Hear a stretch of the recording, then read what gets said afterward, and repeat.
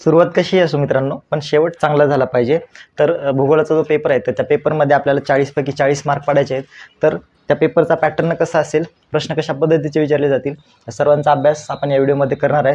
त्यानंतर रिव्हिजन कशा पद्धतीने करायचं आणि जो पेपर आहे तो जे तुमचा अभ्यासक्रम आहे त्या अभ्यासक्रमाला कसं डिवाइड करायचं आणि पेपर कशा पद्धतीने सविस्तर लिहायचं, सुटसुटीत लिहायचं की जास्तीत जास्त आपल्याला मार्क पडतील। आपलं ध्येय एकच असलं पाहिजे की 40 पैकी 40 मार्क आपल्याला त्या पेपरमध्ये पडले पाहिजेत। आणि सर्वात महत्त्वाची गोष्ट म्हणजे तुमच्या आतापर्यंतचे सगळे पेपर चांगले गेले असतील आणि हाही पेपर म्हणजे उद्याचा 17 मार्चचा जो पेपर आहे, शेवटचा पेपर आहे, शेवट गोड व्हायला पाहिजे। तर तोही पेपर तुमचा एकदम चांगल्या पद्धतीने जाईल अशी अपेक्षा करतो आणि तुम्हाला शुभेच्छा देतो परीक्षेसाठी खूप खूप।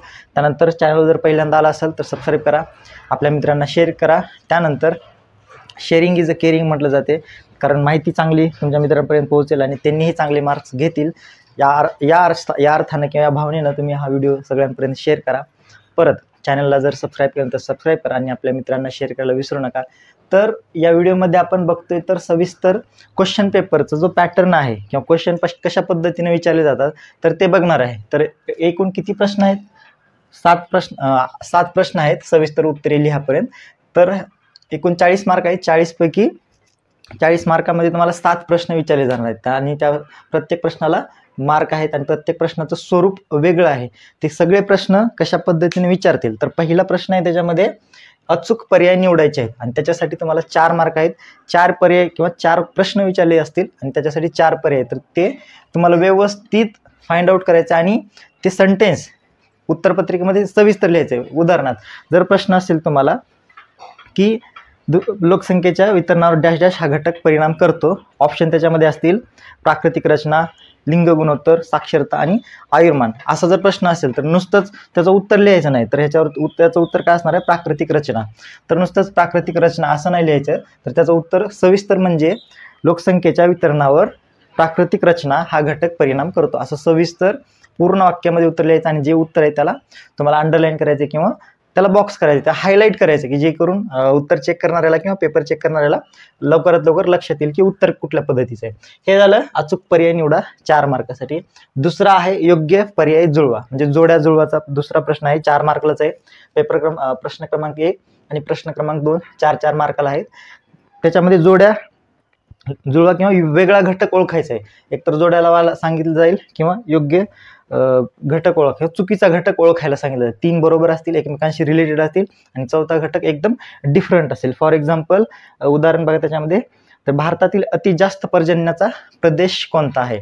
तर खालील म्हणजे प्रदेश असा प्रश्न आहे, तर त्याच्यामध्ये 4 ऑप्शन आहेत। पश्चिम राजस्थान असेल, पश्चिम घाट असेल, मेघालय आणि अरुणाचल प्रदेश। मेघालय, अरुणाचल प्रदेश आणि पश्चिम घाट जे आहे तर या पूर्ण प्रदेशामध्ये सगळ्यात जास्त पाऊस पडतो। याच्या तुलनेमध्ये कोणत्या? पश्चिम राजस्थानच्या तुलनेमध्ये, म्हणून पश्चिम राजस्थान हे त्याचं उत्तर असेल। हा वेगळा प्रश्न किंवा वेगळा घटक ओळखायचा दुसरा प्रश्नामध्ये किंवा योग्य जोड्या जुळवा असू शकतो, दोन्हीपैकी एक। तर हा झाला 4 मार्काला आणि दुसरा झाला 4 मार्काला।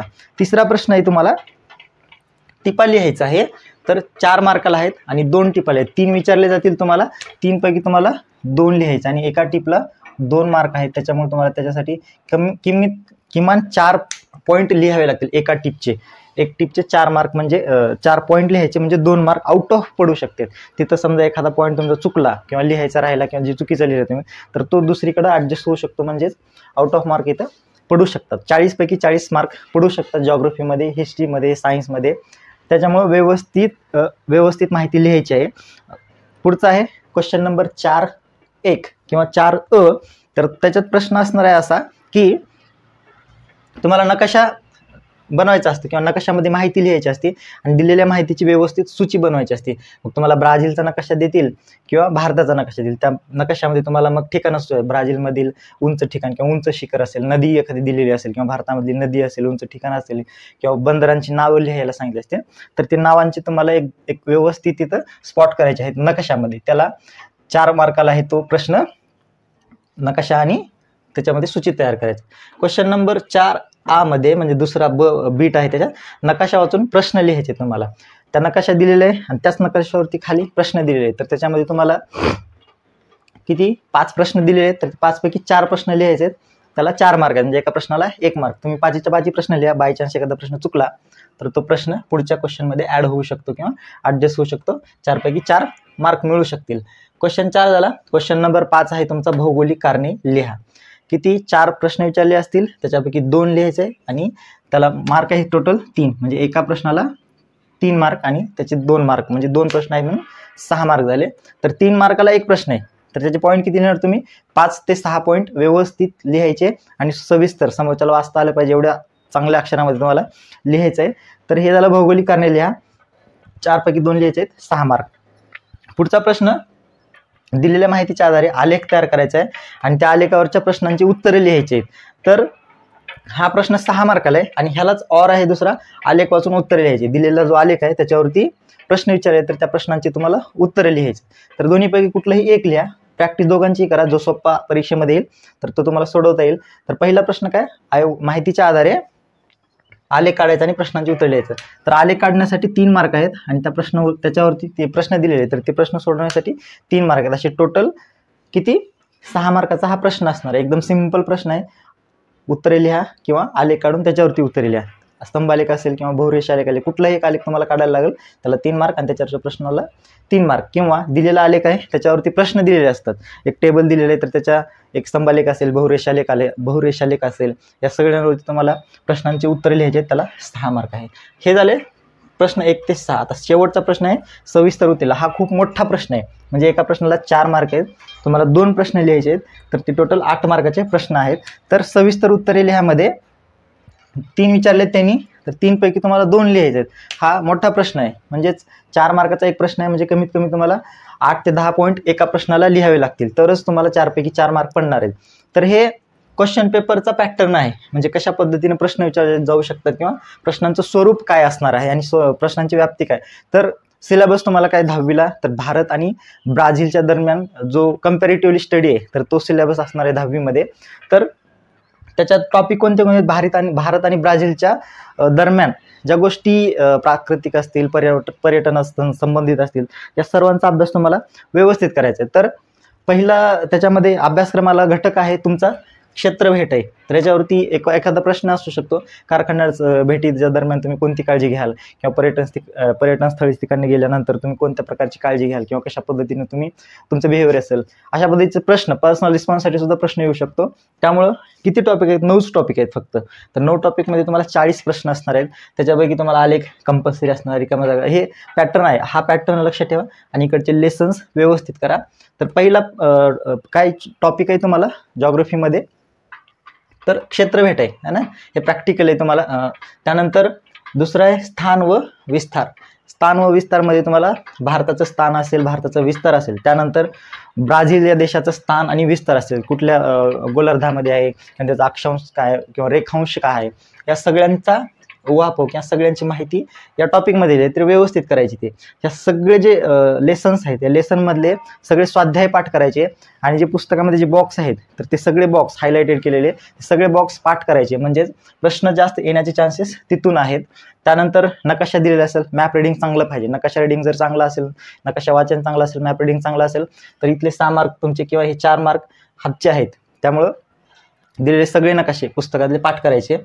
प्राकृतिक रचना, ब्राझीलची प्राकृतिक रचना असेल, भारताची प्राकृतिक रचना असेल, भारताची जलप्रणाली, ब्राझीलची जलप्रणाली, कोणत्या मुख्य नद्या आहेत, त्या नद्यांना येऊन मिळणाऱ्या उपनद्या कोणत्या आहेत, ते कुठल्या महासागराला किंवा समुद्राला मिळतात, ह्या सगळ्यांची माहिती प्रकरणात 3 दिलेली आहे, टॉपिक 3 मध्ये. चौथा आहे हवामान, ब्राझीलचं हवामान, भारताचं हवामान कुठल्या पद्धतीचं आहे. त्यानंतर नैसर्गिक वनस्पती ब्राझीलमध्ये काय आहे आणि म्हणजे नैसर्गिक प्राणी कोणते कोणते आहेत ब्राझीलमध्ये, भारतामध्ये. दोन्ही देशाचं कंपॅरेटिव्हली स्टडी आहे, एकाच वेळेस दोन्ही देशांचा आपल्याला अभ्यास करायचा आहे त्या टॉपिकच्या आधारावर. त्यानंतर लोकसंख्या वितरणावर परिणाम करणारे घटक कोणते असतील, ब्राझीलमध्ये कुठल्या घटकांचा परिणाम होतो, भारतामध्ये कुठल्या घटकांचा परिणाम होतो. त्यानंतर लोकसंख्येसोबतच मानवी वस्तीचा टॉपिक आहे, तर ह्या टॉपिकचा अर्थव्यवस्था व व्यवसाय असेल किंवा पर्यटन, वाहतूक, संदेशवहन. लोकसंख्या, मानवी वस्ती, अर्थव्यवस्था व व्यवसाय, पर्यटन, वाहतूक व संदेशवहन या सर्व टॉपिक भारत आणि ब्राझीलच्या संदर्भामध्ये अभ्यास करायचा आहे. तर हे जे 4 टॉपिक आहेत, लोकसंख्या, मानवी वस्ती, अर्थव्यवस्था, त्यानंतर पर्यटन, वाहतूक, संदेशवहन, हे सगळे मानवी भूगोलामध्ये यांचा समावेश होतो. त्यानंतर प्राकृतिक रचना, जलप्रणाली, हवामान, नैसर्गिक वनस्पती आणि प्राणी, हे प्राकृतिक भूगोलामध्ये यांचा समावेश होतो. क्षेत्रफळ हे प्रात्यक्षिक भूगोल आलं, स्थान व विस्तार हे सामान्य भूगोल आलं. तर अशा पद्धतीने तुम्हाला टॉपिक आहेत, 9 टॉपिक आहेत 40 मार्कासाठी. आणि हा इकडं पेपर पॅटर्न आहे, क्वेश्चनचं म्हणजे प्रश्नांचं स्वरूप असणार आहे. अशा पद्धतीनं तुम्ही हे रोडमॅप आहे तुमचा. तर या पद्धतीने कमीत कमी वेळामध्ये जास्तीत जास्त आउटपुट आपल्याला काढता येतं, मिळवता येतं, आउट ऑफ मार्क पाडता येतात. त्यामुळं पेपर स्वच्छ आणि सुटसुटीत असायला पाहिजे, चेक करणाऱ्याला कसं व्यवस्थित वाटलं पाहिजे. त्यामुळं पेपर व्यवस्थित लिहा. या व्हिडिओ आपल्या मित्रांपर्यंत शेअर करा, लाईक करा आणि चॅनलवर जर पहिल्यांदा आला तर सबस्क्राईब करा, जेणेकरून सगळ्यांना याचा जास्तीत जास्त फायदा होईल. तर महत्त्वाची इन्फॉर्मेशन अशी की जॉग्रफीचे 2023 असेल, 24 असेल आणि 22चे सुद्धा क्वेश्चन पेपरचा ॲनालिसिस आहे. तर व्यवस्थित चॅनलवरती प्लेलिस्ट केलेली आहे, तर तिथे तुम्ही जाऊन बघू शकता किंवा डिस्क्रिप्शन बॉक्समध्ये मी सर्व डिटेल देणार आहे. तर तुम्ही डिस्क्रिप्शन बॉक्समध्ये चेक करा आणि पूर्ण व्हिडिओ व्यवस्थित बघा. क्वेश्चनचं स्वरूप काय, क्वेश्चन कशा पद्धतीने विचारले आणि बाय चान्स एखादा प्रश्न रिपीट होऊ शकतो, तो प्रश्न व्यवस्थित करा. ओके, धन्यवाद. चॅनलला सबस्क्राईब करा आणि थँक्यू.